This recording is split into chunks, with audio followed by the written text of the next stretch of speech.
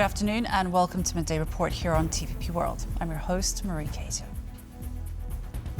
Ukrainian President Volodymyr Zelenskyy has invited Turkish President Recep Tayyip Erdoğan for an official visit to Ukraine. This comes as U.S. President Donald Trump increases his diplomatic push for peace in Moscow's war against Kyiv. Erdogan last travelled to Ukraine in August 2022 for talks in Lviv, having met Zelenskyy in Kyiv just weeks before the full-scale invasion. The renewed invitation is expected to address Ankara's ongoing mediation efforts and US President Donald Trump's threat to get tough with Russia if it doesn't agree to a ceasefire this week. Experts say the push for peace is gathering momentum. All of this point to a possibility, some possibility which is on the table. Also, we know that the deadline which was established by President Trump, he said August 8. So this deadline is approaching in several days. And he said that after this, there will be secondary sanctions against countries buying Russian oil, and there will be more pressure on Russia. Also, we know that he's an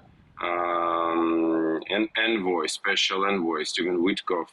He is invited to Moscow and maybe will visit Moscow this week. So, yeah, we clearly see that there is a big diplomatic move right now on different tracks. It's connected with change of President Trump's attitude to the war. Erdogan has said Turkey is ready to host peace negotiations, potentially involving Zelenskyy, Russia's Vladimir Putin and Trump.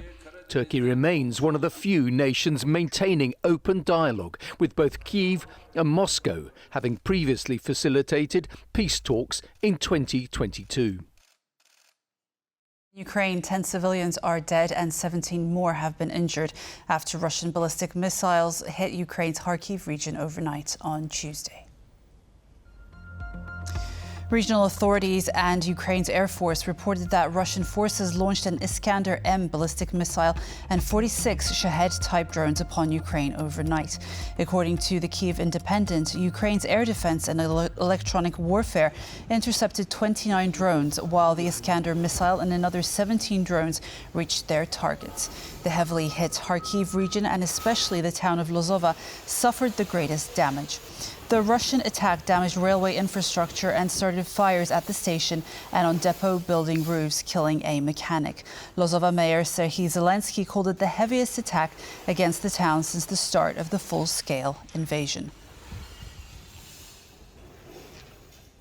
Fenya Gutsul, governor of the autonomous Moldovan region of Gagauzia, has been sentenced to 7 years in prison for illegally funding the now banned pro-Russian Shore Party. A Chisinau court found Gutsul guilty of channeling millions from Russia to Moldova between 2019 and 2022, when she served as the party's secretary. Prosecutors say the funds, totaling over $2.5 million, were used to finance anti-government protests. Gutsul, who denies the charges and calls them politically motivated, was sanctioned by both the US and EU for her ties to the Shore Party. She will serve her sentence in a semi-closed prison and must repay the state. Gutsul's sentencing comes amid rising tensions, with President Maia Sandu warning of Russian interference in Moldova's upcoming elections. The Kremlin has condemned the verdict, calling it a disgrace. According to a survey by the Vandenberg Coalition and Target Point, the majority of Donald Trump's voters approve of his tougher stance on Russia. According to the report, most of the U.S. president's electorate sees Russia as a direct threat to the security of the United States. 76% of respondents considered Russia to be a threat to the United States. This marks an increase from an April 2025 poll, in which 40% of Republican voters identified Russia as an enemy. 75% of Trump voters also support additional sanctions against Russia for its refusal to negotiate with Ukraine in good faith. Moreover, 70% of them believe it is vital to prevent Russia from invading other European countries. Additionally, when asked who's to blame for the lack of progress in negotiations to end the war in Ukraine, 53% of respondents blamed Vladimir Putin. 82% of Trump voters are concerned about the deepening partnership between China, Russia and Iran. On Monday evening, US President Donald Trump stated that he will raise tariffs on India over its continued purchases of oil from the Kremlin.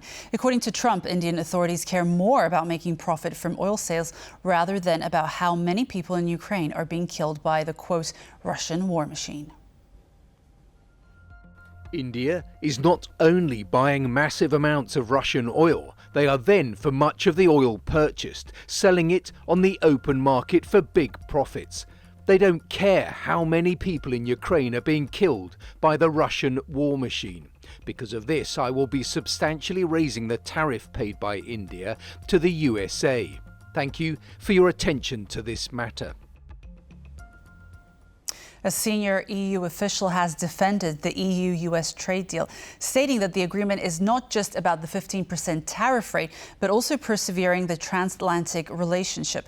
The statement comes from as various European capitals have expressed their disdain for the deal, which has left some sectors, such as the automotive industry, in the lurch. More now from our EU correspondent Angela Skujins in Brussels. A senior EU official that spoke on the condition of anonymity has gone in to defend the controversial EU-US trade deal, which has manifested most predominantly in a 15% import levy imposed on most European goods into the American market as of Friday. Now, according to this official, the EU chose the lesser of two worse outcomes. If the EU continued to fight against US President Donald Trump's tariff threat, it could have resulted in an escalation, more import levies, as well as a wedge between these two historical allies, serving as a challenge for more pressing and existential problems such as Russia's continued invasion of Ukraine, as well as shoring up support for that war-torn nation. However, more of this is expected to be laid bare in a political agreement. This is a non-legal directive underpinning those executive orders as well as legal trade instruments. It is expected to lay bare the details of this transatlantic trade deal. According to that senior EU official, this is 95% done, sitting on the desk of US President Donald Trump, waiting for sign-off. We are hoping that there will be some more clarification regarding the status of cars, which we're expecting to be bundled under that 15% tariff ceiling. However, we know that that executive order signed by US President Donald Trump on Friday did not include a carve-out for that sector, which means it'll continue to be targeted with that 25% import levy, as well as the 2.5% nuisance tariff sitting on top of that. However, what we're hearing from that senior EU official is that it's all about the long game. Hopefully, more clarity will be provided by the EU as it continues to defend this deal, which is experiencing some serious clapback from capitals, the most recently coming out of Germany, with that country's finance minister stating the EU was too weak when it comes to negotiating the best outcome for the bloc. However, we will find out more when that political agreement is published. Angela Skujins from Brussels for TVP World. Today marks the final day in office for Polish President Andriy Duda, bringing to a close a decade-long presidency. Elected twice under the Law and Justice Party, Duda will deliver a farewell address to the nation tonight at 8 p.m. CET, reflecting on his 10 years as head of state.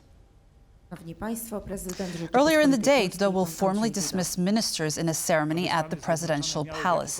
At 5 p.m., he will bid farewell to the Polish armed forces, over which he served as supreme commander. Throughout his presidency, Duda awarded more than 40,000 honors, including the prestigious Order of the White Eagle. After leaving office, Duda is expected to return to Kraków, where he purchased an apartment during his tenure.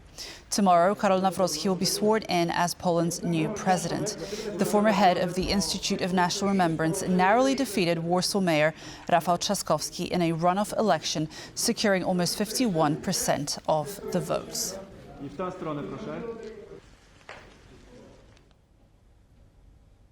Polish authorities have extended controls on the country's borders with Lithuania and Germany until October 4th. The measures were reintroduced on June 7th and were originally supposed to last until today. Apart from extending the duration of the border controls, the Polish government also decided to expand the number of control points. The new ones have been added in northwestern Poland. One in Nowy Warpno will check travelers 50 meters before they reach a bridge leading them to Germany, and another at the beach in Świnoujście was also added. On the other hand, authorities decided to pause border controls at 3 river crossings with Germany due to a lack of border traffic. As the barrier on the Polish-Belarusian border has become 98% effective, migrants are now being transported through a new passage. According to the Polish Interior Minister, the Belarusian authorities are now moving migrants through the Baltic countries. We have achieved 98% effectiveness on the infrastructure on the Polish-Belarusian border. This means that the Belarusian and Russian services are looking for other sections of the border through which to smuggle illegal migrants, since they are unable to wage a hybrid war on this section. They tried the Bug River, where the government has now installed an electronic barrier. But many of these migrants are transported by the Belarusian authorities through the Baltic states, through Lithuania. Poland's recent purchase of K2 tanks is making waves not just for the size of the deal, but for what it reveals about the country's defense priorities. But beyond the headlines, questions remain about Poland's readiness to use these tanks and who will be behind the wheel. Jarosław Kraszewski, a former member of the Polish National Security Bureau, told TVP World that for Polish crews, this upcoming task may not be as challenging as it sounds. All the users of Leopard tanks, they get together in different countries every year, and they do the different things in order to compete who is the best one. And the Polish crews they win mostly every competition around Europe. So it's a good example that we've done the homework very good. And the same is right now happening with the K2 tanks, and even with the K9, because K9 howitzers are similar to the Krab system. So it shouldn't be a big problem for Poland and Polish armed forces to, first of all, to have a sufficient number of the trainers and specific training centers. Of course, we have to build up simulation centers equipped with the constructive simulation devices and with the other devices which help to synchronize, to train the crews, not using the real equipment, not losing the ammunition. 5 Eurofighter Typhoon jets are set to deploy for several weeks to Poland's 23rd Tactical Air Base in Minsk Mazowiecki in an effort to guard NATO's eastern skies. The German press agency has reported that Warsaw requested the deployment, which German Defense Minister Boris Pistorius announced in January. The jets will be used for air policing missions along NATO's eastern flank. According to the Polish Operational Command, this move demonstrates a strong commitment to the security of Central and Eastern Europe. Supporting military flights during peacetime, the 23rd Tactical Air Base is a vital part of Poland's air defense network.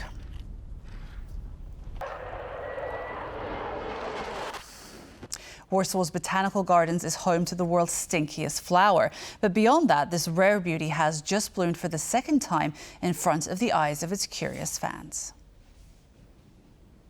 The University of Warsaw Botanical Garden, currently hosting the giant arum lily, live-streamed the moment as it began to open its leaves on Monday evening. The giant arum lily belongs to the Araceae family and is native to the equatorial forest of Sumatra. It produces an inflorescence that can reach 3 meters in height and over 1.5 meters in width. Both the inflorescence and its single leaf arise from a hidden underground tuber weighing up to several dozen kilograms. The inflorescence remains open for only 2 days, and its fragrance spreads over long distances to attract as many pollinators as possible.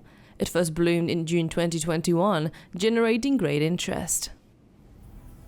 And here we conclude Midday Report. Thank you for being with us and stay tuned for more on TVP World. Goodbye.